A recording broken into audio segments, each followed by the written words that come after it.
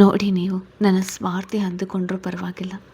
ಪ್ರಜ್ಞಾಗೆ ಸುಹಾಸ್ನ ಮದುವೆ ಮಾಡಿಸಿದ್ದು. ಸಾತ್ವಿಕ್ ವರುಣ್ಗೆ ಪೊಲೀಸ್ ಕೆಲಸ ಸಿಗ್ಲು. ಇವತ್ತು ವರ್ಮಾ ಮನೆಯ ಹೆಸರುವಾಸಿ ಮಾಡಿತ್ತು. ಕಷ್ಟದಲ್ಲಿ ಜೊತೆ ನಿಂತು ಈ ಮನೆ ಏರಿಸಿತ್ತು ಎಲ್ಲ ನನ್ನ ಮಗನಿಂದಲೇ. ಸ್ವಲ್ಪ ಕೃತಜ್ಞತೆ ಇಟ್ಟುಕೊಂಡು ಮಾತಾಡಿ ಎಂದರು. ಎಲ್ಲರ ಮುಖಕ್ಕೆ ಬೀಸಿ ಹೊಡೆದಂತೆ ಹೇಳಿ, ಮಮ್ಮಿ ಸಾಕು ಮಾತನಾಡಿತ್ತು. ನೀನು ಸ್ವಲ್ಪ ಹೊತ್ತು ಮಲಗು. ಬಾನಿಗೆ ಸುಸ್ತಾಗಿದೆ. ನಾನಿನ್ನು ಅತ್ತೆ ಮಾವನ ಜೊತೆ ಮಾತಾಡಬೇಕು ಎಂದವನು ತಾಯಿಯ ಮೇಲೆ ಕರೆದುಕೊಂಡು ಹೋದನು ಇಶಾನ್. ನಿರುಪಮರನ್ನು ಅತ್ತ ಕಳುಹಿಸಿ ಗಂಭೀರವಾಗಿ ಕುಳಿತನು ಇಶಾನ್. ಅಲ್ಲಿ ಈಗ ಮುಖ್ಯವಾಗಿ ಪ್ರಣತಿಯ ಬಗ್ಗೆ ಚರ್ಚೆಯಾಗಬೇಕಾಗಿತ್ತು. ಜೊತೆಗೆ ಪ್ರಣತಿ ಎಲ್ಲದಕ್ಕೂ ಉತ್ತರ ಕೊಡಬೇಕಾಗಿದ್ದುದರಿಂದ ಗಂಭೀರ ಚರ್ಚೆ ಆರಂಭವಾಗಿತ್ತು. ಎಲ್ಲರ ಗಮನ ಪ್ರಣತಿ ಕಡೆ. ಅವಳಿಂದ ಅಲ್ಲಿನ ಪ್ರತಿಯೊಬ್ಬರಿಗೂ ತೊಂದರೆಯಾಗಿತ್ತು. ಮೊದಲು ತಾನೇ ಮಾತು ಶುರು ಮಾಡಿದ ಇಶಾನ್, ಈಗ ನಿಮ್ಮ ಅಪ್ಪ ಅಮ್ಮನ ಮಾತೆಲ್ಲ ಕೇಳಿ ಆಗಿದೆ. ಈ ವಿಚಾರಕ್ಕೆ ಸಂಬಂಧಪಟ್ಟ ಪ್ರತಿಯೊಬ್ಬರು ಇಲ್ಲೇ ಇದ್ದಾರೆ. ಯಾರೊಬ್ಬರು ಮಿಸ್ ಆಗಿಲ್ಲ. ಒಬ್ಬರು ಮಿಸ್ ಅಂದರೆ ಶ್ರೇಣಿಕಾ ಮಾತ್ರ. ಶ್ರೇಣಿಕಾ ಬದಲು ಅವರ ಗಂಡ ಅಭಿಮನ್ಯು ಇದ್ದಾರೆ. ಹಾಗೂ ಅವರ ಅಕ್ಕ ಇಂಚರ ಇದ್ದಾರೆ. ನೀವೀಗ ಮಾತಾಡಬಹುದು ಎಂದನು ಇಶಾನ್ ಪ್ರಣತಿಯ ಉದ್ದೇಶಿಸಿ ವಿಚಾರಣೆ ಮಾಡುವವನಂತೆ. ನಿಮ್ಮಿಂದ ಮೊದಲಿಗೆ ಸಮರ್ಥ್ ಮತ್ತು ಪ್ರಜ್ಞಾ ನಡುವೆ ತೊಂದರೆ ಉಂಟಾಗಿ ಮದುವೆ ನಿಂತಿತ್ತು. ಅಲ್ಲಿಂದ ಕಲ್ಯಾಣಿ ಅತ್ತೆ ಅವರಿಗೆ ಈ ಮನೆ ಬಂಧ ಮುರಿದು ಹೋಯಿತು. ಅದು ಸಾಲದು ಎಂದು ನಿಮ್ಮಿಂದ ಸಂಜನ ಬದಲು ಶ್ರೇಣಿಕಾ ಅಭಿಮನ್ಯು ಹೆಂಡತಿಯಾದಳು. ಸಂಜನ ನನ್ನ ಹೆಂಡತಿಯಾದಳು. ಇಷ್ಟು ನಿನ್ನ ಕೈಯಿಂದಲೇ ಆಗಿರೋದು. ಈಗ ಮತ್ತೆ ಪ್ರಜ್ಞಾ ಅಕ್ಕ ಮತ್ತು ಅವರ ಮಗುವಿಗೆ ತೊಂದರೆ ಕೊಟ್ಟಿದ್ದೀರಿ. ಅದನ್ನು ಶ್ರೇಣಿಕಾ ಮೇಲೆ ಹೊರಿಸಿ ಮತ್ತೊಂದು ತಪ್ಪು ಮಾಡಿದ್ದೀರಿ. ಈಗ ಇದಕ್ಕೆಲ್ಲ ಏನು ಕಾರಣ ಎಂದು ನೀವೇ ಸಾಲಾಗಿ ಹೇಳಿದರೆ ನಮ್ಮ ಮಧ್ಯೆಯೇ ಸಮಸ್ಯೆ ಬಗೆಹರಿಸ್ಬೋದು. ಇದರಲ್ಲಿ ಒಂದಕ್ಕೆ ನೀವು ಸರಿಯಾದ ಕಾರಣ ಕೊಡದಿದ್ದರೆ ನಿಮ್ಮ ಮೇಲೆ ನಾನು ಯಾವ ಕೇಸ್ ಬೇಕಾದರೂ ಹಾಕ್ಬೋದು. ತನಿಖೆ ಮಾಡಲು ವರುಣ್ ಇದ್ದಾನೆ. ಕೇಸ್ ಗಟ್ಟಿ ಮಾಡಲು ನಾನಿದ್ದೇನೆ. ಇದೊಂಥರ ನಿಮಗೆ ಕೊನೆಯ ಅವಕಾಶ ಎಂದುಕೊಳ್ಳಿ. ಈಗ ನೀವು ಸ್ವಲ್ಪ ಚಾಲಾಕಿತನ ತೋರಿದ್ರೂ ಶಿಕ್ಷೆ ಕಠೋರವಾಗಿರುತ್ತದೆ ಎಂದನು ಅದೇ ಗಂಭೀರ ಧ್ವನಿಯಲ್ಲಿ. ಹೌದು ಪ್ರಣತಿಯವರೇ, ಈಗ ನೀವು ಸತ್ಯ ಹೇಳಲೇಬೇಕು. ಎಲ್ಲದಕ್ಕೂ ಒಂದು ಅಂತ್ಯ ಅನ್ನೋದು ಇರುತ್ತೆ. ಹೇಳಿ. ಪ್ರತಿಯೊಂದು ಕೂಡ ಆಕಸ್ಮಿಕ ಆಗಲು ಸಾಧ್ಯವೇ ಇಲ್ಲ. ಅದರ ಹಿಂದೆ ಯಾವುದಾದ್ರೂ ಒಂದು ಬಲವಾದ ಕೈ ಇರಬೇಕು.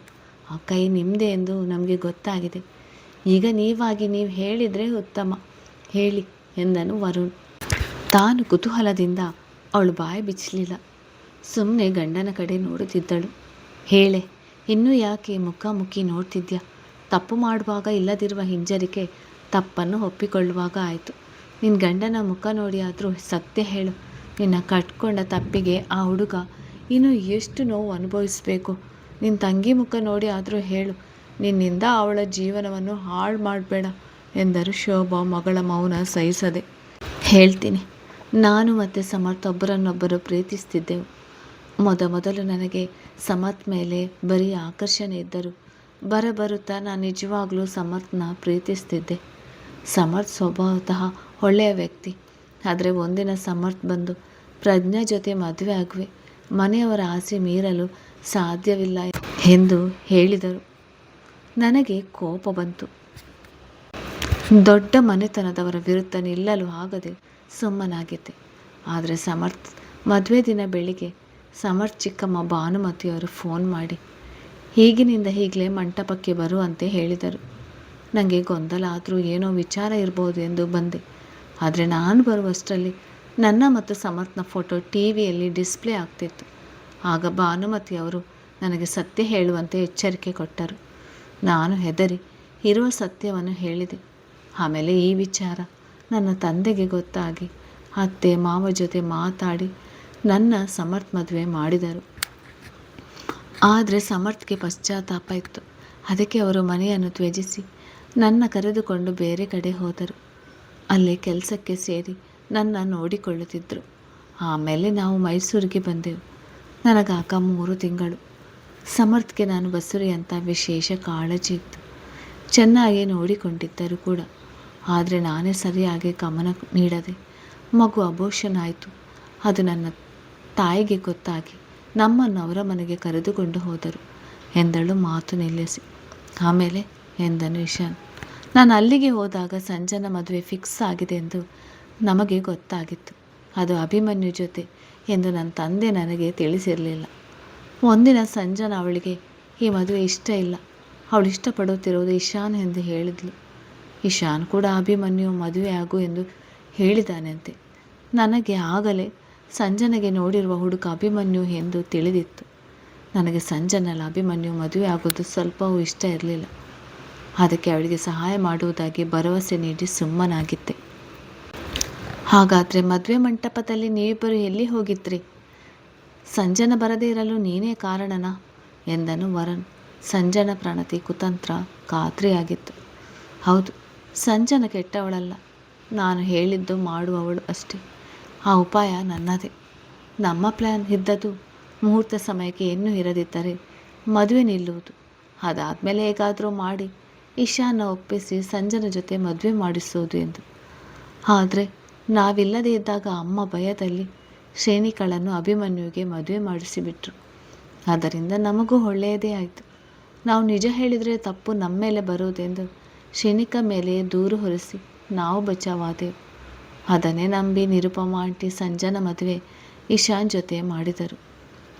ನೀವು ಅಂದುಕೊಂಡಂತೆ ಸಂಜನ ಮದುವೆ ಇಶಾನ್ ಜೊತೆ ಆಯಿತು, ಸಮರ್ಥ್ ಮದುವೆ ನಿಮ್ಮ ಜೊತೆಗೆ ಆಯಿತು.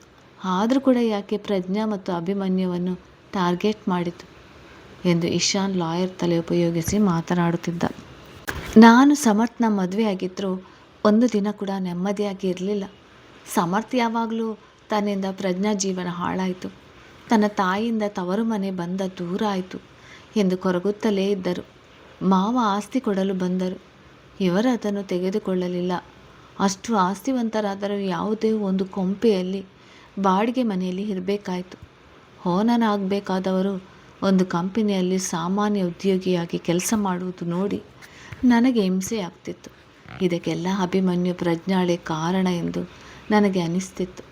ಅದಾದಮೇಲೆ ಈ ಮನೆಗೆ ಬಂದಾಗಲಾದರೂ ನಮ್ಮದು ನಮಗೆ ಸಿಗುತ್ತದೆ ಎಂದರೆ ಆಗಲೇ ಮನೆಯನ್ನು ಮತ್ತು ಶೋರೂಮನ್ನು ಮಾರಿದ್ದರು. ಶೋರೂಮ್ ಅಭಿಮನ್ಯು ಬಳಿ ಇದ್ದರು, ಅವರು ಅದನ್ನು ಕೊಡಲು ಒಪ್ಪಲಿಲ್ಲ. ಅದು ಸಮರ್ಥ್ರಿಗೆ ತುಂಬ ಇಷ್ಟವಾದದ್ದು. ಆ ಕೋಪವು ಅಭಿಮನ್ಯು ಮೇಲೆ ಇತ್ತು. ಜೊತೆಗೆ ನನಗೆ ಸಂಜನಳನ್ನು ಈ ಮನೆಯ ಉತ್ತಮ ಸೊಸೆ ಮಾಡುವ ಆಸೆ ಇತ್ತು. ಆದರೆ ಆ ಸ್ಥಾನವನ್ನು ಶ್ರೇಣಿಕಾ ತೆಗೆದುಕೊಂಡಳು. ಅದೇ ಸಮಯದಲ್ಲಿ ಪ್ರಜ್ಞಾ ಬಸುರಿಯಾಗಿ ಎಲ್ಲರೂ ಖುಷಿಯಾಗಿರುವುದನ್ನು ನೋಡಿ ತನಗಿಲ್ಲದ ಖುಷಿ ಅವಳಿಗೆ ಸಿಗ್ತಿದೆ, ನಮ್ಮ ಪರಿಸ್ಥಿತಿಗೆ ಅವಳೇ ಕಾರಣ ಎಂದು ಈ ರೀತಿ ಮಾಡಿ ಅಭಿ ಹೆಂಡತಿಯ ಮೇಲೆ ಹಾಕಿದೆ. ಅವನಿಂದ ಹೆಂಡತಿ ದೂರ ಆಗಲಿ ಎಂದಳು ತನ್ನ ಕುತಂತ್ರವನ್ನು ಒಂದೊಂದೇ ಬಿಚ್ಚಿಡುತ್ತ. ಜೋರಾಗಿ ಚಪ್ಪಾಳೆ ತಟ್ಟಿದ ಇಶಾನ್. ವಾವ್ ವಾವ್ ವಾವ್, ಏನು ತಲೆ ನಿಮ್ಮದು! ನಾವು ನಿಜಕ್ಕೂ ಅಂದ್ಕೊಂಡಿರಲಿಲ್ಲ ನೀವು ಇಷ್ಟೊಂದು ದೊಡ್ಡ ಮಾಂತ್ರಿಕರು ಎಂದು. ಏನೋ ಸಣ್ಣ ಪುಟ್ಟ ಹುಳಿ ಹಿಂಡುವ ಕೆಲಸ ಮಾಡಿದ್ದೀರಾ ಎಂದು ತಿಳಿದಿದ್ರೆ ನಿಮ್ಮ ಮನಸ್ಸಿನಲ್ಲಿ ಇಷ್ಟೊಂದು ಕಹಿ ಇಟ್ಟುಕೊಂಡಿದ್ದೀರಾ.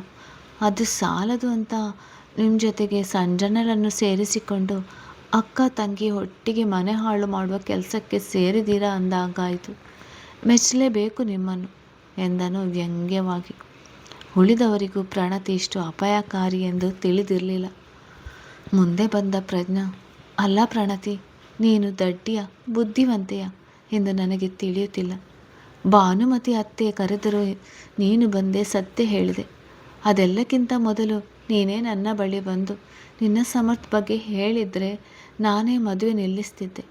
ನಾವು ಸಮರ್ಥ್ನನ್ನು ದೂರ ಮಾಡಿದ್ದು ಅವನು ನನ್ನನ್ನು ಮದುವೆ ಆಗಲಿಲ್ಲ ಎಂದಲ್ಲ, ಬದಲಿಗೆ ಒಬ್ಬಳನ್ನು ಪ್ರೀತಿಸಿಯೂ ಮನೆಯವರ ಬಳಿ ಹೇಳದೆ ಇಷ್ಟು ದೂರ ಕರೆದುಕೊಂಡು ಬಂದು ಮಂಟಪದಲ್ಲಿ ಮರ್ಯಾದೆ ತೆಗೆದನು ಎಂದು ಬೇಸರದಲ್ಲಿ ಅವನನ್ನು ಬೈದದ್ದು. ಅಷ್ಟು ನಿನಗೆ ಅರ್ಥವಾಗಲಿಲ್ವಾ? ನನಗೆ ಸಮರ್ಥ್ನನ್ನು ಮದುವೆ ಆಗುವ ಆಸೆ ಇದ್ದಿದ್ದರೆ ನಿನ್ನನ್ನು ದೂರ ಸರಿಸಿ ನಾನು ಮದುವೆ ಆಗಬಹುದಿತ್ತು. ಬೇರೆಯವರ ಪ್ರೀತಿಸಿದ ವ್ಯಕ್ತಿ ನನಗೆ ಬೇಡ, ಪ್ರೀತಿಸಿದವಳ ಜೊತೆಗೆ ಇರಲಿ ಎಂದು ಸುಮ್ಮನಾದೆ. ಅದು ನಿನಗೆ ಈ ರೀತಿ ಖಂಡಿತ ಎಂದಳು ಬೇಸರದಲ್ಲಿ. ನೋಡಮ್ಮ ಪ್ರಣತಿ, ನಮಗೆ ನಿನ್ನ ಮೇಲೆ ಅಂತ ಕೋಪ ಇದ್ದಿದ್ದರೆ ನಿನ್ನ ಮತ್ತು ಸಮರ್ಥ್ನ ಮತ್ತೆ ನಾವು ಈ ಮನೆಗೆ ಸೇರಿಸ್ತಲೇ ಇರಲಿಲ್ಲ. ನಾವೇನು ರಾಕ್ಷಸರೇನಮ್ಮ? ಸಮರ್ಥ್ ಇಲ್ಲೇ ಆಡಿ ಬೆಳೆದವನು, ಈ ಮನೆ ಮಗನೇ ಅಷ್ಟೇ. ಯಾಕೆ ಅಭಿಯ ಗೆಳೆಯನು ಕೂಡ. ನಾವು ಆಡಿಸಿದ ಹುಡುಗ ನಮಗೆ ನಂಬಿಕೆ ದ್ರೋಹ ಮಾಡಿದನಲ್ಲ ಎಂದು ನಾವು ಅವನನ್ನು ದಂಡಿಸಿದೆವು. ನನ್ನ ಮಗಳನ್ನೇ ಮದುವೆ ಆಗಲಿ ಎಂದು ನಾವೇನು ಅವನಿಗೆ ಒತ್ತಾಯ ಮಾಡಿರಲಿಲ್ಲ. ಬೇಕಿದ್ದರೆ ನಿನ್ನ ಗಂಡನನ್ನು ಕೇಳು, ನಾವೆಂದಾದರೂ ಅವನಿಗೆ ಕಂಡೀಷನ್ ಹಾಕಿದ್ದೇವಾ ಅಂತ ಎಂದರು ರಮೇಶ್. ತಪ್ಪು ಕಲ್ಪನೆಯಲ್ಲಿ ಮಗಳ ಜೀವನವನ್ನು ಅಪಾಯಕ್ಕೆ ತಳ್ಳಿದ್ದಕ್ಕೆ. ಪ್ರಜ್ಞಾ ಸಮರ್ಥ್ ಚಿಕ್ಕ ವಯಸ್ಸಿನಿಂದ ಒಟ್ಟಿಗೆ ಬೆಳೆದವರು. ಜೊತೆಗೆ ಇಬ್ಬರದು ಒಂದೇ ಮನಸ್ಥಿತಿ. ಜಾಸ್ತಿ ಮಾತನಾಡುವವರಲ್ಲ, ಮಿತಭಾಷಿಗಳು, ತಾಳ್ಮೆಯ ಮನುಷ್ಯರು. ಅವರಿಬ್ಬರು ಜೋಡಿಯಾದರೆ ಚೆಂದ, ನಮ್ಮ ಜೊತೆಯೇ ಇರುತ್ತಾರೆ ಎಂದುಕೊಂಡು ನಾವು ಮಾತುಕತೆ ಮಾಡಿದ್ದೆವು. ಅದಕ್ಕೆ ಅವರಿಬ್ಬರು ಒಪ್ಪಿದರು. ಇದರ ಮಧ್ಯೆ ಸಮರ್ಥ್ಗೆ ನಿನ್ನ ಮೇಲೆ ಪ್ರೀತಿಯಾಗಿದೆ. ನಾವೇನು ಅದು ತಪ್ಪು ಎಂದು ಹೇಳಿಲ್ಲ. ನಮಗೊಂದು ಮಾತು ಅವನು ತಿಳಿಸ್ಬೇಕಾಗಿತ್ತು ಎಂದಷ್ಟೇ ಹೇಳಿದ್ದು. ಅದರಲ್ಲಿ ಏನಮ್ಮ ತಪ್ಪು ಇದ್ದದ್ದು? ಮದುವೆ ಮನೆಯವರೆಗೂ ಬಂದು ಅಲ್ಲಿ ಸತ್ಯ ಹೇಳಿ ಮದುವೆ ನಿಂತರೆ ನಮ್ಮ ಮರ್ಯಾದೆ ಹೋದ ಬೇಸರ ನಮಗಿರೋದಿಲ್ವಾ ಎಂದರು ಅಶೋಕ್ ನಿಟ್ಟುಸಿರು ಬಿಟ್ಟು. ನನಗೆ ನನ್ನ ತವರು ಮನೆಯಿಂದ ಸೊಸೆ ತರಬೇಕು ಎಂಬ ಆಸೆ ಇತ್ತು. ಪ್ರಜ್ಞಾ ಕೂಡ ನಾನು ಅಂದುಕೊಂಡಂತೆ ಇದ್ಲು. ಅವಳನ್ನೇ ಸೊಸೆ ಮಾಡಿಕೊಳ್ಬೇಕು ಎಂದು ನನಗೆ ಆಸೆ ಇತ್ತು. ಆದರೆ ಅದರ ನಡುವೆ ಸಮರ್ಥ್ ಇನ್ನೊಂದು ಹುಡುಗಿನ ಪ್ರೀತಿಸಿದೆ ಅಂದಾಗ ಬೇಸರವಾಯಿತು. ಅದಾಗಲೇ ಪ್ರಜ್ಞಾ ಸಮರ್ಥ್ ಮಾತುಕತೆಯಾಗಿ ಎಲ್ಲ ಮುಂದುವರಿದಾಗ ಈ ರೀತಿ ಬಂದು ಹೇಳಿದರೆ ಎಲ್ಲಿ ನನ್ನ ತವರು ಮನೆಯವರು ದೂರವಾಗಿ ಬಿಡ್ತಾರೆ ಎಂದು ನಾನೇ ಸಮರ್ಥ್ನಿಗೆ ನಿನ್ನ ಮರೆತು ಪ್ರಜ್ಞಾಳ ಮದುವೆ ಆಗುವಂತೆ ಹೇಳಿದೆ. ಅವನು ನನ್ನ ಮಾತಿಗೆ ಕಟ್ಟು ಬಿದ್ದು ಮದುವೆಯಾಗಲು ಒಪ್ಪಿದ. ಆದರೆ ಅದು ಹೆಚ್ಚು ದಿನ ಉಳಿಯಲಿಲ್ಲ, ಮುರಿದು ಬಿತ್ತು. ತವರು ಮನೆ ದೂರವಾಯಿತು. ನಾನು ಈ ಊರು ಬಿಟ್ಟು ಹೋಗಿದ್ದು ಕೋಪದಿಂದ ಅಲ್ಲ, ನನ್ನಿಂದ ನನ್ನ ತವರು ಮನೆಗೆ ನೋವಾಯಿತು ಎಂಬ ಬೇಸರದಲ್ಲಿ ನಾವು ಊರು ತ್ಯಜಿಸಿದ್ದು. ಅದರಲ್ಲಿ ನೀನು ಹೇಗೆ ಹೀಗೆ ಅರ್ಥ ಮಾಡಿಕೊಂಡೆ ಎಂದು ನನಗೆ ತಿಳಿಯುತ್ತಿಲ್ಲ ಎಂದರು ಕಲ್ಯಾಣಿ ಇಷ್ಟು ದಿನ ಮುಚ್ಚಿಟ್ಟಿದ್ದ ಸತ್ಯ ಹೇಳಿ. ನೋಡಿ ಪ್ರಣತಿಯವರೇ, ನನಗೆ ನಿಮ್ಮ ಮೇಲೆ ಕೋಪ ಇದ್ದದ್ದು ಸಹಜ. ನನ್ನ ಅಕ್ಕನ ಸ್ಥಾನಕ್ಕೆ ನೀವು ಬಂದಿದ್ದೀರಿ ಎಂದು, ನಮ್ಮ ಮನೆಯ ಮರ್ಯಾದೆ ಹೋಗುವಂತೆ ಮಾಡಿದ್ದೀರಿ ಎಂದು ನಿಮ್ಮ ಮೇಲೆ ಕೋಪವಿತ್ತು. ಜೊತೆಗೆ ಪ್ರಾಣ ಸ್ನೇಹಿತನಂತೆ ಇದ್ದ ಸಮರ್ಥ್ ನನಗೆ ಒಂದು ಮಾತು ಹೇಳಲಿಲ್ಲ ಎಂಬ ಕೋಪದಲ್ಲಿ ಅವನನ್ನು ನಾನು ದೂರ ಇಟ್ಟಿದ್ದು. ಕೊನೆಗೆ ನಿಮ್ಮ ಮೇಲಿನ ಸಿಟ್ಟಿಗಾಗಿ ನಾನು ಸಂಜನಳನ್ನು ಮದುವೆಯಾಗಲು ಹೊರಟಿದ್ದು. ಆದರೆ ಅದು ಸಾಧ್ಯವಾಗಲಿಲ್ಲ. ಹಾಗೆ ನನಗೆ ಸಂಜನಾ ಇಶಾನ್ ಒಬ್ಬರನ್ನೊಬ್ಬರು ಪ್ರೀತಿಸ್ತಿದ್ದರು ಎಂದು ಗೊತ್ತಿರಲಿಲ್ಲ. ಏನೇನೆಲ್ಲ ನಡೆದು ಹೋಯಿತು ಅದನ್ನು ನೀವು ಈ ರೀತಿ ಅರ್ಥ ಮಾಡಿಕೊಂಡಿದ್ದೀರಿ ಎಂದು ನನಗೆ ತಿಳಿದಿರಲಿಲ್ಲ. ನನ್ನಿಂದ ನಿಮಗೆ ನೋವಾಗಿದ್ದರೆ ದಯವಿಟ್ಟು ಕ್ಷಮಿಸಿಬಿಡಿ ಎಂದನು ಅಭಿಮನ್ಯು ಮನಸ್ಫೂರ್ತಿಯಾಗಿ. ಯಾರಿಗೂ ತಲೆಬಾಗದವನು ಹೆಂಡತಿ ಇಲ್ಲದೆ ಸೊರಗಿದ್ದ. ಅಭಿ, ಏನಂತ ಮಾತಾಡ್ತಿದ್ಯಾ? ನೀನು ಯಾವ ತಪ್ಪನ್ನು ಮಾಡಿಲ್ಲ. ಒಬ್ಬ ತಮ್ಮನ ಸ್ಥಾನದಲ್ಲಿ, ಒಬ್ಬ ಮಗನ ಸ್ಥಾನದಲ್ಲಿ ನೀನು ಸರಿಯಾಗಿ ನಿರ್ಧಾರ ಮಾಡಿದ್ಯಾ. ನೀನೇ ಯಾಕೆ ಅವಳ ಬಳಿ ಕ್ಷಮೆ ಕೇಳ್ತಿದ್ಯಾ? ಅವಳೇನು ಚಿಕ್ಕ ಮಗುವಲ್ಲ, ತಿಳಿಯದೆ ತಪ್ಪು ಮಾಡಿದಳು ಎನ್ನಳು. ಎಲ್ಲ ತಿಳಿದೇ ಮಾಡಿರೋದು. ಅವಳು ನನ್ನ ಪ್ರಾಣ ತಿನ್ನುವ ರಾಕ್ಷಸಿ ಎಂದನು ಸಮರ್ಥ್ ಅಭಿಯನ್ನು ಹಿಂದೆ ಸರಿಸಿ ಹೆಂಡತಿಯನ್ನು ದುರ್ಗಟ್ಟಿ. ಈಗ ಮಾತಾಡಿ ಪ್ರಯೋಜನವಿಲ್ಲ. ಅವರೇ ಅವರ ತಪ್ಪನ್ನು ಒಪ್ಪಿಕೊಂಡಿದ್ದಾರೆ. ಕಾನೂನು ಮೂಲಕ ಶಿಕ್ಷೆ ಕೊಡಿಸೋದು ದೊಡ್ಡ ವಿಷಯವಲ್ಲ. ಆದರೆ ಅದರಿಂದ ಹೋಗುವುದು ನಮ್ಮ ಮನೆ ಮರ್ಯಾದೆ. ಈಗ ಆಗಿರೋದೇ ಸಾಕು. ಪ್ರಣತಿಗೆ ಶಿಕ್ಷೆ ಕೊಡಬೇಕಾಗಿರೋದು ಅವಳ ಗಂಡ. ಯಾಕೆಂದರೆ ಇವಳ ತಪ್ಪಿನಿಂದ ಅವನು ತಾನೇ ಎಲ್ಲರ ಎದುರು ತಪ್ಪಿಸ್ತನಾಗಿರೋದು. ಅವನು ಇದಕ್ಕೆಲ್ಲ ಪರಿಹಾರ ಕೊಡಲಿ. ನಾವು ಮಧ್ಯೆ ಹೋಗುವುದು ಬೇಡ ಎಂದನು ಇಶಾನ್ ಕೋರ್ಟ್ ಕೇಸಿನಂತೆಯೇ ಆದೇಶ ನೀಡಿದ. ಪರಿಹಾರ ಅಂತೆ ಏನಿಲ್ಲ. ಒಂದು ತಪ್ಪು ಮಾಡಿದ್ಲೆಂದು ಊಹಿಸಿ ಶ್ರೇಣಿಗಳನ್ನು ಅಭಿಮನ್ಯು ಮನೆಯಿಂದ ಹೊರಹಾಕಿರುವಾಗ ಬರೀ ತಪ್ಪನೆ ಮಾಡಿರೋ ಇವಳನ್ನು ಗಲ್ಲು ಶಿಕ್ಷೆಗೆ ಹಾಕಿದ್ರು ಅದು ಕಡಿಮೆ. ಹೊರಶತ್ರುಗಳನ್ನು ಹೇಗಾದರೂ ಎದುರಿಸ್ಬೋದು, ಆದರೆ ಹಿತಶತ್ರುಗಳನ್ನು ಎದುರಿಸುವುದು ತುಂಬ ಕಷ್ಟ ಎಂದು ನನಗನ್ನಿಸ್ತದೆ. ಇಷ್ಟು ದಿನ ಇವಳು ಆರಾಮವಾಗಿ ಬದುಕಿದ್ದು ಸಾಕು. ಇವಳಿಗೂ ಜೀವನದ ಕಷ್ಟ ಅರಿವಾಗಲಿ. ವರ್ಮ ಮನೆಯ ಸೊಸೆ ಎಂಬ ಹಣೆಪಟ್ಟಿ ಇವತ್ತಿನಿಂದ ಅಳಿಸಿ ಹೋಗಲಿ ಎಂದನು ಸಮರ್ಥ್ ಕಟುವಾಗಿಯೇ. ಅಂದರೆ ಎಂದರು ಶೋಭಾ ಸುರೇಶ್ ಮಗಳ ಜೀವನದ ಬಗ್ಗೆ ಭಯದಲ್ಲಿಯೇ. ಇವತ್ತಿನಿಂದ ಇವಳು ಕೇವಲ ಪ್ರಣತಿ ಸುರೇಶ್ ಅಷ್ಟೇ. ಇನ್ನು ಮುಂದೆ ಅತ್ತೆ ಮಾವನ ಪೂರ್ತಿ ಜವಾಬ್ದಾರಿ ಇವಳದೇ. ಇವಳೇ ಸಾಕುತ್ತಾಳೆ. ಏನು ಮಾಡುತ್ತಾಳೆ, ಹೇಗೆ ಮಾಡುತ್ತಾಳೆ ಅದೆಲ್ಲ ಬೇಡ. ಪೂರ್ತಿ ಮನೆಯ ಜವಾಬ್ದಾರಿ ಇವಳೇ ಹೊರಬೇಕು. ಎಲ್ಲ ಇವಳೇ ನಿಭಾಯಿಸಬೇಕು. ಮನೆ ಕೆಲಸದ ಜೊತೆ ಹೊರ ಕೆಲಸವನ್ನು ಮಾಡಬೇಕು. ಅತ್ತೆ ಮಾವ ನೀವು ಇವಳಿಗೆ ಯಾವುದೇ ಸಹಾಯ ಮಾಡುವ ಹಾಗಿಲ್ಲ. ನಾನು ತೆಗೆದುಕೊಟ್ಟಿರುವ ಬಟ್ಟೆಯಿಂದ ಹಿಡಿದು ಒಡವೆ ಎಲ್ಲವನ್ನು ಪೂರ್ತಿಯಾಗಿ ಇಲ್ಲಿಯೇ ಬಿಟ್ಟು ಹೋಗಬೇಕು. ನನ್ನ ಹೆಸರಿನ ಸಮೇತ. ಖಾಲಿ ಕೈಯಲ್ಲಿ ತವರು ಮನೆ ಸೇರಿ ಅದು ಹೇಗೆ ತವರು ಮನೆಯನ್ನು ವೃದ್ಧಿಸ್ತಾಳೆ, ಅವಳಿಗೆ ಬಿಟ್ಟದ್ದು. ಆದರೆ ಇನ್ನು 2 ವರ್ಷದಲ್ಲಿ ಇವಳು ಒಂದು ಮನೆ ಕಟ್ಟಿ ಅತ್ತೆ ಮಾವನಿಗೆ ಒಂದು ನೆಮ್ಮದಿಯ ಜೀವನ ಕಲ್ಪಿಸಿಕೊಟ್ಟು ನಂತರವೇ ನನ್ನ ಮನೆಗೆ ಬರಬೇಕು. ಇಲ್ಲ ಎಂದರೆ ಶಾಶ್ವತವಾಗಿ ತವರು ಮನೆಯಲ್ಲೇ ಇರಬಹುದು ಎಂದನು ಸಮರ್ಥ್ ಕೊನೆ ನಿರ್ಧಾರ ಹೇಳಿ. ಸಮರ್ಥ್, ಏನಪ್ಪ ಈ ರೀತಿ ಹೇಳ್ತಿದ್ಯಾ? ಅವಳು ತಪ್ಪು ಮಾಡಿದಾಳಂತ ಇಂಥ ಶಿಕ್ಷೆ ಕೊಡಬೇಡ ಕಣಪ್ಪ. ಅವಳಿಗೆ ನಿನ್ನ ಬಿಟ್ಟು ಯಾರಿದ್ದಾರೆ ಎಂದರು ಶೋಭಾ ಆತಂಕದಿಂದ. ನೀವಿದ್ದೀರಲ್ಲ ಅತ್ತೆ, ಅವಳು ನಿಮ್ಮ ಮಗಳಲ್ಲ ಎಂದರು. ಸ್ವಂತ ಮಗಳಂತೆ ನೀವಿಷ್ಟು ದಿನ ಕಷ್ಟ ಬಿದ್ದು ಸಾಕಿಲ್ವೇ? ಮೈ ಬೆವರು ಸುರಿಸಿ ಬೆಳೆಸಿ ಮದುವೆ ಮಾಡಿಲ್ವಾ? ಅದಕ್ಕೆ ಅವಳು ಕೊಟ್ಟ ಪ್ರತಿಫಲ ಎಲ್ಲರ ಎದುರು ಅವಮಾನ ತಾನೇ. ಈಗ ಅವಳು ಬದುಕಿ ತೋರಿಸಲು ಬಿಡಿ, ಅವಳಿಗೂ ಒಂದು ಅವಕಾಶ ಕೊಡಿ. ಜೀವನ ನಡೆಸುವುದು ಎಷ್ಟು ಕಷ್ಟ ಎಂದು ಅವಳಿಗೂ ಅರ್ಥ ಆದರೆ ಅವಳು ಇನ್ನೊಬ್ಬರ ಜೀವನದಲ್ಲಿ ಮೂಗು ತೂರಿಸುವ ಕೆಲಸ ಮಾಡೋದಿಲ್ಲ. ಅವಳಿಗೆ ಗಂಡ ಬೇಕು ಎಂದರೆ ಇದೆಲ್ಲವನ್ನು ಮಾಡುತ್ತಾಳೆ. ಮನಸ್ಸಿದ್ರೆ ಮಾರ್ಗ ಯಾವುದೂ ಅಸಾಧ್ಯವಲ್ಲ. ನಾನು ತಂದು ಹಾಕಿದ್ದು ತಿಂದು ಖಾಲಿ ಕೂತ್ರೆ ಇನ್ನೊಬ್ಬರ ಸಂಸಾರ ಹೇಗೆ ಹಾಳು ಮಾಡಲಿ ಎಂಬುದು ಅವಳಿಗೆ ತಲೆಯಲ್ಲಿ ಓಡುತ್ತಿರುತ್ತದೆ. ಅದೇ ಜವಾಬ್ದಾರಿ ಬಂದರೆ ಯೋಚನೆ ಮಾಡಬೇಕು. ಸಮಯ ಇರೋದಿಲ್ಲ, ನೀವೇನು ತಲೆ ಕೆಡಿಸ್ಕೋಬೇಡಿ, ಎಲ್ಲ ಮಾಡ್ತಾಳೆ ಎಂದವನು ಹೆಂಡತಿಯ ಕಡೆಗೆ ಗುರಾಯಿಸಿ, ಮಾಡ್ತೀಯಲ್ಲ ಪ್ರಣತಿ, ನನಗೋಸ್ಕರ ಮದುವೆ ಮನೆಗೆ ಬಂದು ಮದುವೆ ನಿಲ್ಲಿಸಿದವಳಿಗೆ ನನಗೋಸ್ಕರ ಒಂದು ಮನೆ ಕಟ್ಟಿ ಜವಾಬ್ದಾರಿ ನಿಭಾಯಿಸೋದು ಏನು ಕಷ್ಟ ಅಲ್ಲ, ಆಗ್ಬೋದಾ ಎಂದನು ನಯವಾಗಿ ಚಾಟಿ ಬೀಸಿ. ಸರಿ ಎನ್ನುವಂತೆ ತಲೆ ಆಡಿಸಿ ಸುಮ್ಮನಾದಳು.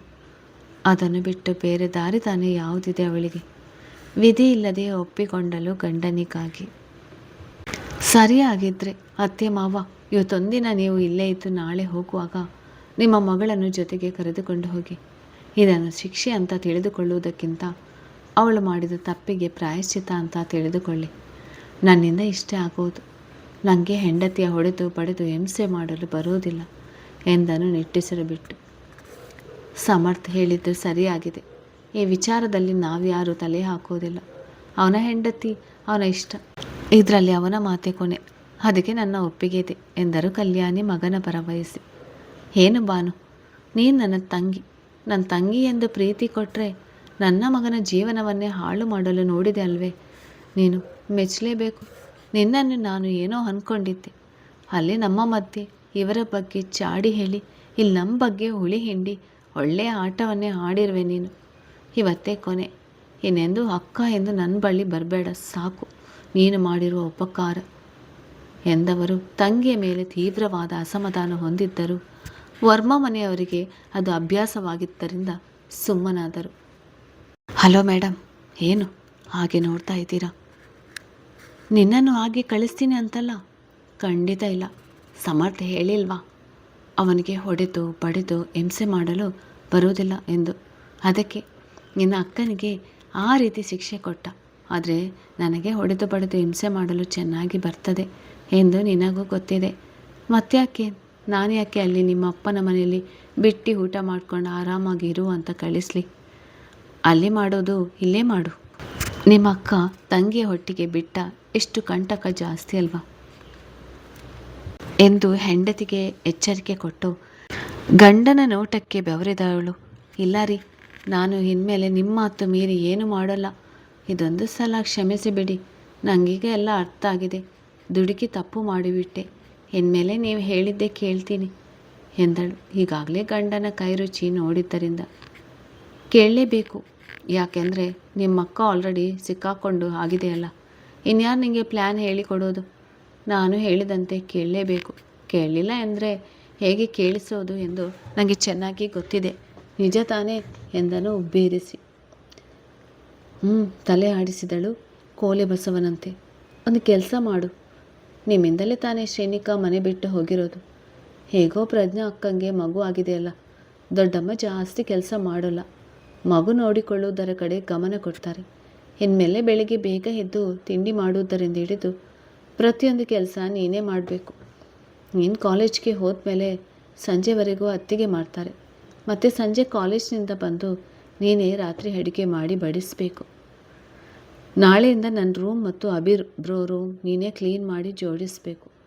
ಹೇಗೋ ಶ್ರೇಣಿಕಾ ಇಲ್ಲ ಅಲ್ವಾ, ಮೈ ಬಗ್ಗಿಸಿ ಕೆಲಸ ಮಾಡಿದರೆ ಸ್ವಲ್ಪ ಕೊಬ್ಬು ಕರಗಬಹುದು. ಹಾಗೆ ಅತ್ತೆ ಮಾವ, ಇವತ್ತಿನಿಂದ ಇವಳಿಗೂ ನಿಮಗೂ ಯಾವ ಸಂಬಂಧವಿರೋದಿಲ್ಲ. ನೀವು ಕೂಡ ಇವಳ ಸಂಪರ್ಕ ಮಾಡಬಾರ್ದು. ನೀನು ನನ್ನ ಮಾತು ಮೀರಿ ಮನೆ ಹೊಸ್ತಿಲು ದಾಟಿ ಹೋದರೆ ಬೇರೆ ರೀತಿಯ ಪರಿಣಾಮ ಎದುರಿಸಬೇಕಾಗ್ತದೆ. ಕೈಯಲ್ಲಿ ಯಾವಾಗಲೂ ಪುಸ್ತಕ ಇರಬೇಕು. ಮೊಬೈಲ್ ಇದ್ದದ್ದು ಗೊತ್ತಾದರೆ ಕೈ ಮುರಿದು ಬಿಡ್ತೀನಿ ಎಂದನು ಗಂಭೀರವಾಗಿ ಎಚ್ಚರಿಕೆ ಕೊಟ್ಟು. ಹೇಳಿದಂತೆ ಮಾಡುವವನೇ ಅವ. ಅಣ್ಣ, ಅತ್ತಿಗೆ, ಅಶೋಕ, ನರಸಿಂಹ, ಇಷ್ಟು ದಿನ ನಾವಿಲ್ಲಿ ಇದ್ದು ಆಗಿರೋದೇ ಸಾಕು. ನನ್ನ ಸೊಸೆಯಿಂದ ನಿಮಗೆಲ್ಲ ತುಂಬ ತೊಂದರೆಯಾಗಿದೆ. ಅವಳು ಈ ರೀತಿ ಅಂತ ಗೊತ್ತಿದ್ದರೆ ನಾನು ಈ ಮನೆಯಲ್ಲಿರಲು ಅವಕಾಶ ಕೊಡ್ತಿರಲಿಲ್ಲ. ನಮ್ಮಿಂದ ತಪ್ಪಾಗಿ ಹೋಗಿದೆ, ಕ್ಷಮಿಸಿಬಿಡಿ. ನಾವು ನಾಳೆ ಹೊರಡ್ತೇವೆ ಎಂದರು ಕಲ್ಯಾಣಿ ಪಶ್ಚಾತ್ತಾಪದಿಂದ. ಹೊರಡ್ತೀನಿ ಎಂದರೆ ಎಲ್ಲಿಗೆ ಹೋಗ್ತೀರಾ ಎಂದರು ರಮೇಶ್ ಗೊಂದಲದಲ್ಲಿ. ಸಮರ್ಥ್ ಬೇರೆ ಮನೆ ಮಾಡಿದ್ದಾನೆ, ಇನ್ನೇನು ಅಲ್ಲಿಗೆ ಹೋಗಬೇಕು ಎಂದು ಮಾತಾಗಿತ್ತು. ನಾಳೆ ನಾನು, ಸಮರ್ಥ್, ಹರೀಶ್, ಜೀವಿತ ಅಲ್ಲಿಗೆ ಹೋಗ್ತೀವಿ. ಎಷ್ಟು ದಿನ ಇಲ್ಲೇ ಇರೋದು, ಹೀಗಾಗಿರೋದೇ ಸಾಕು ಎಂದರು. ನೀವು ಎಲ್ಲಿಗೂ ಹೋಗೋದು ಬೇಡ ಅತ್ತೆ, ನಿಮ್ಮನೆಗೆ ಹೋಗಿ. ಹಾಗೆ ಸಮರ್ಥ್ ಇನ್ನು ಮುಂದೆ ಬೇರೆ ಕಡೆ ಕೆಲಸಕ್ಕೆ ಹೋಗೋದು ಬೇಡ, ಅವನದೇ ಕೆಲಸ ಮಾಡಲಿ ಎಂದನು ಅಭಿಮನ್ಯು. ಮೊದಲ ಬಾರಿಗೆ ವರ್ಷಗಳ ನಂತರ ಅವರನ್ನು ನೇರವಾಗಿ ಮಾತನಾಡಿಸಿದ್ದ. ಏನು ಹಾಗಂದ್ರೆ ಎಂದರು ಕಲ್ಯಾಣಿ ಅರ್ಥವಾಗದೆ. ನೀವು ಊರು ಬಿಟ್ಟು ಹೋದಾಗ ನಿಮ್ಮ ಆಸ್ತಿಯನ್ನೆಲ್ಲ ಮಾರಿದ್ದು ನಿಜ, ಆದರೆ ಅದನ್ನು ಬೇರೆ ಯಾರೂ ಖರೀದಿಸಲಿಲ್ಲ, ನಾನೇ ಖರೀದಿಸಿದ್ದು. ನೀವು ತಿಳಿದುಕೊಂಡಾಗೆ ಬರೀ ಶೋರೂಮ್ ಮಾತ್ರ ಅಲ್ಲ, ಮನೆ ಕೂಡ ನಾನೇ ತೆಗೆದುಕೊಂಡಿದ್ದೆ. ಒಂದಲ್ಲ ಒಂದಿನ ನೀವು ಬರ್ತೀರಾ ಎಂದು ನನಗೆ ತಿಳಿದಿತ್ತು. ಅದು 2 ಪೇಪರ್ಸ್ ನನ್ನ ಬಳಿಯೇ ಇದೆ, ಅವತ್ತೇ ಕೊಡ್ತಿದ್ದೆ. ಆದರೆ ಸ್ವಲ್ಪ ದಿನ ನಿಮಗೂ ಎಲ್ಲ ಅರ್ಥ ಆಗಲಿ ಎಂದು ಕೊಟ್ಟಿರಲಿಲ್ಲ ಅಷ್ಟೇ. ಈಗ ಅದನ್ನು ನೀಡ್ತೇನೆ, ನಿಮ್ಮದು ನೀವೇ ವಹಿಸಿಕೊಳ್ಳಿ ಎಂದನು. ಮೊದಲೇ ನಿರ್ಧರಿಸಿದಂತೆ ಅವರದು ವಾಪಸ್ ಕೊಡುವ ಮನಸ್ಸು ಮಾಡಿದ್ದ. ಆದರೆ ಅಭಿಮನ್ಯು, ಶೋರೂಮ್ ಈಗಾಗಲೇ ನಿನ್ನ ಗೆಳೆಯ ಕರಣ್ ಇಟ್ಟುಕೊಂಡಿದ್ದಾನಲ್ಲ, ಈಗ ನಾನು ಕೇಳಿದರೆ ಅವನಿಗೆ ಬೇಸರ ಆಗೋದಿಲ್ವಾ? ಬೇಡ ಬಿಡು, ನಾನು ನಿಧಾನಕ್ಕೆ ಬೇರೆ ಉದ್ಯಮದ ಕಡೆ ತಲೆ ಹಾಕ್ತೀನಿ. ಸುಮ್ಮನೆ ಯಾಕೆ ಅವನಿಂದ ತೆಗೆದುಕೊಳ್ಳೋದು, ಅದನ್ನು ಅವನೇ ನೋಡಿಕೊಳ್ಳಲಿ ಎಂದನು ಸಮರ್ಥ್. ಇಲ್ಲ ಸಮರ್ಥ್, ಶೋರೂಮ್ನ ಕರಣ್ ನನಗೋಸ್ಕರ ನೋಡಿಕೊಂಡಿದ್ದ ಅಷ್ಟೇ. ಅವನೇನೂ ಅದನ್ನು ಇಟ್ಟುಕೊಂಡಿರಲಿಲ್ಲ. ಈಗ ಅವನಿಗೆ ಬೇರೆ ಉದ್ಯಮ ಮಾಡುವ ಆಸೆ ಆಗಿದೆ. ಅವನೇ ಬಿಟ್ಟು ಹೋಗುವ ಮನಸ್ಸು ಮಾಡಿದ್ದಾನೆ. ಅದಕ್ಕೆ ನಿನಗೆ ವಾಪಸ್ ಕೊಡಲು ಮನಸ್ಸು ಮಾಡಿದ್ದಾನೆ ಅಷ್ಟೇ. ನೀನೇ ಇದನ್ನೆಲ್ಲ ವಹಿಸಿಕೊಂಡು ಬಿಡು, ನನಗೆ ನನ್ನದೇ ತುಂಬ ಇದೆ, ಎಲ್ಲವನ್ನು ನೋಡಿಕೊಳ್ಳಲು ಆಗುವುದಿಲ್ಲ ಎಂದನು ಅಭಿ. ಸರಿನಪ್ಪ ಅಭಿಮನ್ಯು, ಆದರೆ ಅದನ್ನು ಸುಮ್ಮನೆ ತೆಗೆದುಕೊಳ್ಳುವುದಿಲ್ಲ. ನಾವು ಹಿಂದಿನ ಬೆಲೆ ಎಷ್ಟಿದೆಯೋ ಅಷ್ಟಕ್ಕೆ 2 ಕೊಡು. ಸಂಬಂಧಿಕರು ಎಂದು ನೀನು ಲಾಸ್ ಮಾಡಿಕೊಳ್ಬೇಡ. ಇಷ್ಟು ದಿನ ನೀನು ಅದರ ಜವಾಬ್ದಾರಿ ತೆಗೆದುಕೊಂಡಿದ್ದೀಯಾ ಎಂದರು ಕಲ್ಯಾಣಿ. ಖಂಡಿತ ಅತ್ತೆ, ಆದರೆ ಶೋರೂಮ್ನ ಇವತ್ತಿನ ಬೆಲೆಗೆ ಎಷ್ಟಿದೆಯೋ ಅಷ್ಟೇ ತೆಗೆದುಕೊಳ್ಳುವೆ.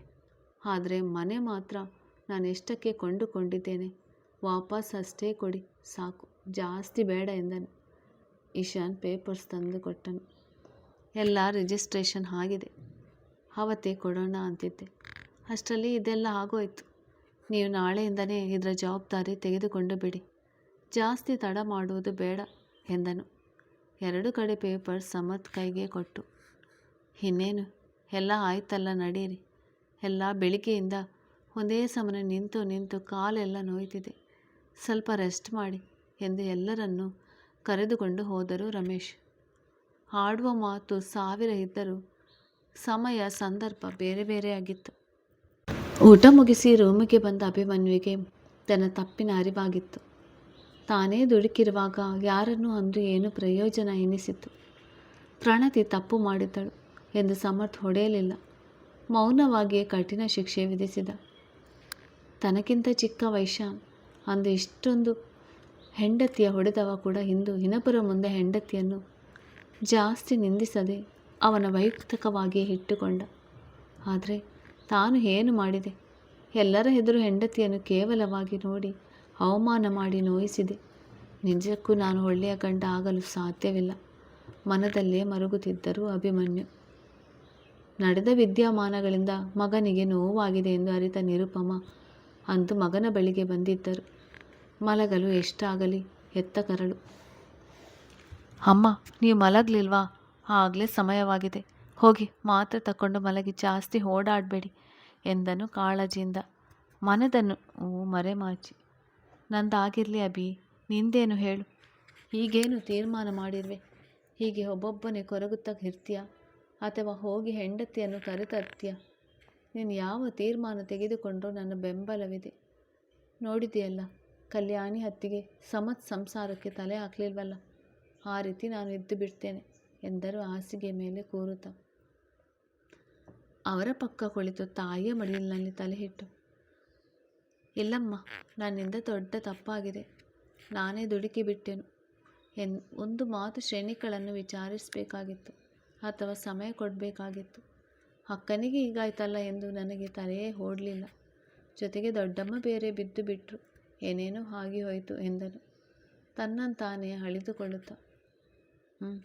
ಏನೇನು ಆಗಲು ನೀನು ಮಾಡಿದ ಅವಂತರವೇ ಕಾರಣ ಅಭಿ.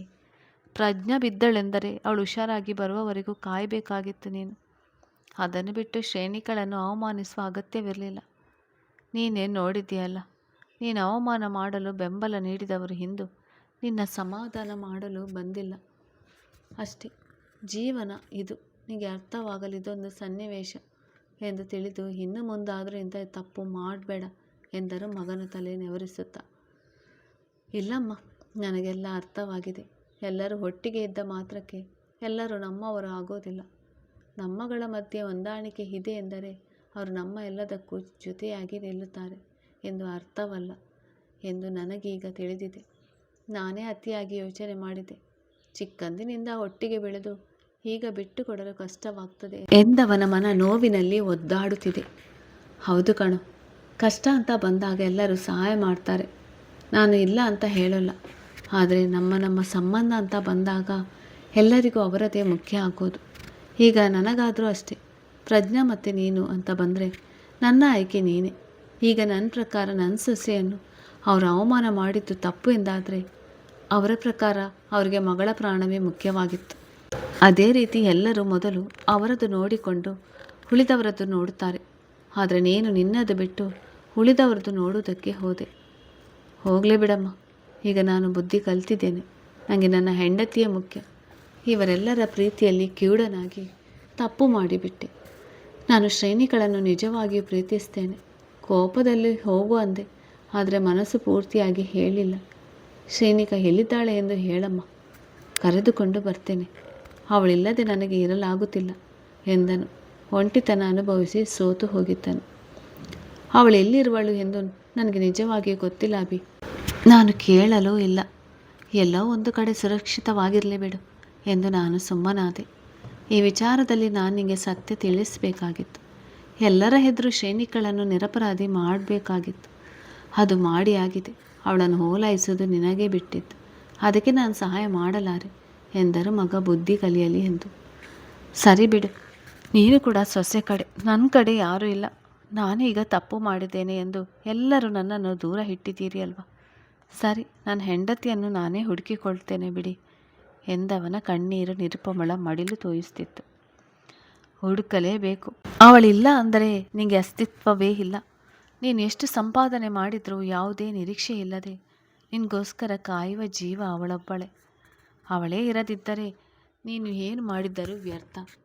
ನಿನ್ನ ತಮ್ಮಂದಿರೆಲ್ಲ ಹೆಂಡತಿ ಜೊತೆ ಆಯಾಗಿರುವುದನ್ನು ನೋಡಿ ನೀನು ನೋವು ಪಡಬೇಕು ಅಷ್ಟೇ. ಎಲ್ಲ ನೀನೇ ಮಾಡಿಕೊಂಡಿದ್ದು ಅನುಭವಿಸು ಎಂದರು. ಅವರಿಗೂ ಮಗನ ನೋಡಿ ಸಂಕಟವಾಯಿತು. ಗರ್ಜನೆ ಮಾಡುತ್ತಿದ್ದವ ಹೆಂಡತಿ ಇಲ್ಲದೆ ಬಸವಳಿದು ಹೋಗಿದ್ದನು. ಹೀಗಾದರೂ ಮಗ ಸೊಸೆ ಒಂದಾಗಲಿ ಎಂದು. ಇತ್ತ ಕರಣ್ ಮತ್ತು ವೇದ ನಡುವೆ ದೊಡ್ಡ ಯುದ್ಧವೇ ನಡೆಯುತ್ತಿತ್ತು ಶ್ರೇಣಿಕಾ ವಿಚಾರವಾಗಿ. ಕರಣ್ ಮುಂದೆ ತುಂಬ ಕಟುವಾಗಿದ್ದಳು ವೇದ. ಕರಣ್ ಕೂಡ ಅವಳನ್ನು ಓಲೈಸಿ ಸಾಕಾಗಿ ಹೋಗಿದ್ದ. ಇದರ ನಡುವೆ ಮತ್ತೊಂದು ಖುಷಿ ವಿಚಾರವನ್ನು ತೆರೆಯಬೇಕೆಂದು ವೇದ ಅಂದು ತನ್ನ ಅತ್ತೆ ಮಾವ, ಅಮ್ಮ, ಅಪ್ಪ ಎಲ್ಲರನ್ನೂ ಕರೆಸಿದ್ದಳು. ಅತ್ತೆ ಮಾವ, ನಾನು ನಿಮಗೆಲ್ಲ ಒಂದು ವಿಷಯ ಹೇಳಬೇಕು ಅಂತ ಇದ್ದೀನಿ. ಅದೇನೆಂದರೆ, ನಾನು ಇನ್ನು ಮುಂದೆ ನನ್ನ ತವ್ರ ಮನೆಯಲ್ಲೇ ಇರಬೇಕು ಅಂತ ನಿರ್ಧಾರ ಮಾಡಿದ್ದೇನೆ. ಅದಕ್ಕೆ ನಿಮ್ಮ ಒಪ್ಪಿಗೆ ಬೇಕು ಎಂದಳು ವೇದ ಗಂಭೀರವಾಗಿ. ಯಾಕಮ್ಮ ವೇದ, ಏನಾಯಿತು? ಏಕಾಏಕಿ ಯಾಕೆ ಅಲ್ಲಿಗೆ ಹೋಗಬೇಕು ಅಂತ ಇದೆಯಾ ಎಂದರು ಸವಿತಾ. ಮಗ ಸೊಸೆ ಮತ್ತೆ ಜಗಳವಾಡಿದಾರಾ ಎಂದುಕೊಂಡು. ಕಾರಣ ಇದೆ ಅತ್ತೆ, ನಾನು ಇನ್ನೊಮ್ಮೆ ತಾಯಿ ಆಗ್ತಿದ್ದೀನಿ. ಅದಕ್ಕೆ ಅಪ್ಪ ಅಮ್ಮನ ಮನೆಗೆ ಹೋಗಬೇಕು ಅಂತ ನಿರ್ಧಾರ ಮಾಡಿದ್ದೇನೆ. ಇನ್ನು ಮಗು ಆಗುವವರೆಗೂ ಇಲ್ಲಿಗೆ ಬರೋದಿಲ್ಲ ಎಂದಳು ಕರಣ್ ಕಡೆ ನೋಡದೆ ಗಡ್ಡಿ ತುಂಡು ಮಾಡಿದಂತೆ. ವಾಟ್? ಈ ವಿಚಾರನ ಈ ರೀತಿ ಯಾರಾದರೂ ಹೇಳ್ತಾರಾ? ಮೊದಲೇ ಹೇಳಬೇಕು ತಾನೇ ನೀನು. ಈಗ ಎಲ್ಲರನ್ನು ಕರೆಸಿಬಿಟ್ಟು ಹೇಳ್ತಿದ್ಯಾ, ಅಷ್ಟೊಂದು ಕೇವಲ ನಿನಗೆ ನಾನು. ಒಂದು ವಾರದಿಂದ ನೋಡ್ತಿದ್ದೇನೆ ಹೀಗೆ ಆಡ್ತಿದ್ಯಾ, ಅತಿಯಾಯಿತು ವೇದ ನಿಂದು ಎಂದನು ಕರಣ್ ಕೋಪದಿಂದ. ತನ್ನನ್ನು ನಿರ್ಲಕ್ಷ್ಯ ಮಾಡುವುದು ಸಹಿಸಲಾರದೆ. ಅತಿಯಾಗಿರೋದು ನಂದಲ್ಲ, ನಿಂದು. ನೀನು ಸರಿಯಾಗಿ ಇದ್ದಿದ್ದರೆ ಫಸ್ಟೇ ಹೇಳ್ತಿದ್ದೆ, ಆದರೆ ನೀನೇ ಸರಿ ಇಲ್ವಲ್ಲ. ನಿನಗೆ ಹೇಳಿ ಮತ್ತೆ ಈ ಮಗುನ ಕಳೆದುಕೊಳ್ಳೋಕ್ಕೆ ನನಗೆ ಇಷ್ಟ ಇಲ್ಲ. ನೀನು ಆರಾಮವಾಗಿ ತಿಂದುಕೊಂಡು ಚೆನ್ನಾಗಿರು. ನನ್ನ ಮಗು ನೋಡ್ಕೊಳ್ಳೋದು ನನಗೆ ಗೊತ್ತಿದೆ ಎಂದಳು ಮುಖಕ್ಕೆ ಹೊಡೆದಂತೆ. ವೇದ, ಯಾಕಮ್ಮ ಈ ರೀತಿ ಮಾತಾಡ್ತಿದ್ಯಾ? ತಂದೆಯಾಗುವ ವಿಚಾರ ಮೊದಲು ಅವನಿಗೆ ಗೊತ್ತಾಗಬೇಕು ಅನ್ನೋ ಆಸೆ ಅವನಿಗೆ ಇರಲ್ವಾ? ಅಷ್ಟಕ್ಕೆ ಯಾಕೆ ಈ ರೀತಿ ಅವನನ್ನು ಏಕವಚನದಲ್ಲಿ ಮಾತನಾಡಿಸ್ತಿದ್ಯಾ ಎಂದರು ವೇದಾಳ ತಂದೆ ಮಗಳ ಗದರಿ. ಮಾತನಾಡಿಸಲೇಬೇಕಾಗಿದೆ ಅಪ್ಪ. ಯಾಕಂದರೆ ನಿಮ್ಮ ಅಳಿಮಯ್ಯ ನೀವು ಅಂದುಕೊಂಡಷ್ಟು ಒಳ್ಳೆಯವರಲ್ಲ. ಒಂದು ಹೆಣ್ಣಿಗೆ ಗೌರವ ಕೊಡಲು ಗೊತ್ತಿಲ್ಲದೆ ಇರುವವನನ್ನು ನಾನು ಯಾಕೆ ಗೌರವ ಕೊಟ್ಟು ಮಾತಾಡಿಸಲಿ ಎಂದಳು ಹಿಂದೆ ಬೀಳದೆ. ವೇದ, ಏನು ಮಾತಾಡ್ತಿದ್ಯಾ? ನೀನು ಏನು ಅಂತ ಹೇಳಬಾರ್ದಾ ಎಂದರು ಸವಿತಾ ಆತಂಕದಿಂದ. ಆಗೋಕ್ಕೆ ಏನಿದೆ ಅತ್ತೆ? ನಿಮಗೆ ನನ್ನ ಫ್ರೆಂಡ್ ಶ್ರೇಣಿಕಾ ಗೊತ್ತಲ್ವಾ? ಅವಳ ಮನೆಯಲ್ಲಿ ಏನೋ ಗಲಾಟೆ ಆಗಿದೆ. ಅದನ್ನು ಅವಳ ಗಂಡ ಕೇಳ್ತಾರೆ. ಈ ನಿಮ್ಮ ಮಗ ಮಧ್ಯೆ ಹೋಗಿ ಅವಳನ್ನು ಏಕವಚನದಲ್ಲಿ ಮಾತನಾಡಿಸಿದ್ದು ಅಲ್ಲದೆ ಅವಳ ನಡತೆ ಬಗ್ಗೆ ಕೆಟ್ಟದಾಗಿ ಬಿಂಬಿಸಿ ಮಾತನಾಡಿದರು. ಅಷ್ಟು ಜನರ ಮುಂದೆ ಹಾಗೆಲ್ಲ ಹೇಳಿದಾಗ ಅವಳೆಷ್ಟು ನೊಂದಿರ್ಬೋದು. ಅವಳ ಬಗ್ಗೆ ಮಾತಾಡೋಕ್ಕೆ ಇವನಿಗೆ ಏನು ಅಧಿಕಾರ ಇದೆ ಅಂತ ಮಾತನಾಡ್ದ. ಇವನೇನು ಭಾರಿ ಒಳ್ಳೆಯವನ? ಸ್ವಂತ ಮಗುನೇ ಕೊಂದ ಕೊಲೆಗಾರ ಇವನು ಎಂದಳು ಕೋಪದಿಂದ. ಅವಳ ಕಣ್ಣುಗಳಾಗಲೇ ಗೆಳತಿಯ ನೆನೆದು ನೋವಿನಿಂದ ತುಂಬಿದ್ದವು. ಏನು ಹಾಗಂದ್ರೆ ಎಂದರು ವೇದಾಳ ಅಪ್ಪ ಆಶ್ಚರ್ಯದಿಂದ. ಶ್ರೇಣಿಕ ಪರಿಚಯ ಅವರಿಗೂ ಇತ್ತು. ಹೌದು, ನಾನು ಇದಕ್ಕಿಂತ ಮುಂಚೆ ಬಸುರಿಯಾಗಿದ್ದಾಗ ನನಗೆ ಮಗುನ ಉಳಿಸ್ಕೊಳ್ಬೇಕು ಅಂತ ಆಸೆ ಇತ್ತು. ಇವರಿಗೆ ಈಗಲೇ ಮಗು ಬೇಡ ಅನ್ನೋ ಆಸೆ. ಅಬೋಷನ್ ಮಾಡಿಸಿಕೊಳ್ಳಲು ಕರ್ಕೊಂಡು ಹೋಗಿದ್ದಾಗ ನಾನು ಬೇಡ ಅಂದೆ ಅಂತ ನನ್ನ ಜೊತೆ ಜಗಳ ತೆಗೆದ್ರು. ಆಗಲೂ ನಾನು ಒಪ್ಪದಿದ್ದಾಗ ನನ್ನನ್ನು ಬೈದು ಕೆನ್ನೆಗೆ ಹೊಡೆದರು. ಆಗಲೇ ನಾನು ಬಿತ್ತು, ನನ್ನ ಮಗು ಅಬೋಷನ್ ಆಯಿತು. ಇವರಿಂದಲೇ ನನ್ನ ಮಗು ಸತ್ತು ಹೋಗಿತ್ತು. ಅದಕ್ಕೆಲ್ಲ ಇವರೇ ಕಾರಣ. ಆದರೆ ಮಾತು ಆಡುವುದು ನೋಡಿದರೆ ಸಾಬಾಸ್ತನ ರೀತಿ ಇರುತ್ತದೆ. ಇವರಿಗೆ ಹೋಲಿಸಿದರೆ ನನ್ನ ಗೆಳತಿ 100 ಪಟ್ಟು ಮೇಲು. ಸ್ವಂತ ಮಗುವನ್ನೇ ನೆಟ್ಟಾಗಿ ಕಾಪಾಡೋಕ್ಕೆ ಬರದೇ ಇರುವ ಇವನು ನನ್ನ ಗೆಳತಿಯನ್ನು ಪ್ರಶ್ನೆ ಮಾಡುವ ಅಧಿಕಾರ ಏನಿದೆ ಎಂದಳು ರೋಷದಿಂದ ಸೆಟೆದು ನಿಂತು. ವೇದ, ಏನಮ್ಮ ಮಾತಾಡ್ತಿದ್ಯಾ? ನೀನು ಅದೊಂದು ಆಕಸ್ಮಿಕವಾಗಿ ಆಗಿದ್ದಲ್ವಾ?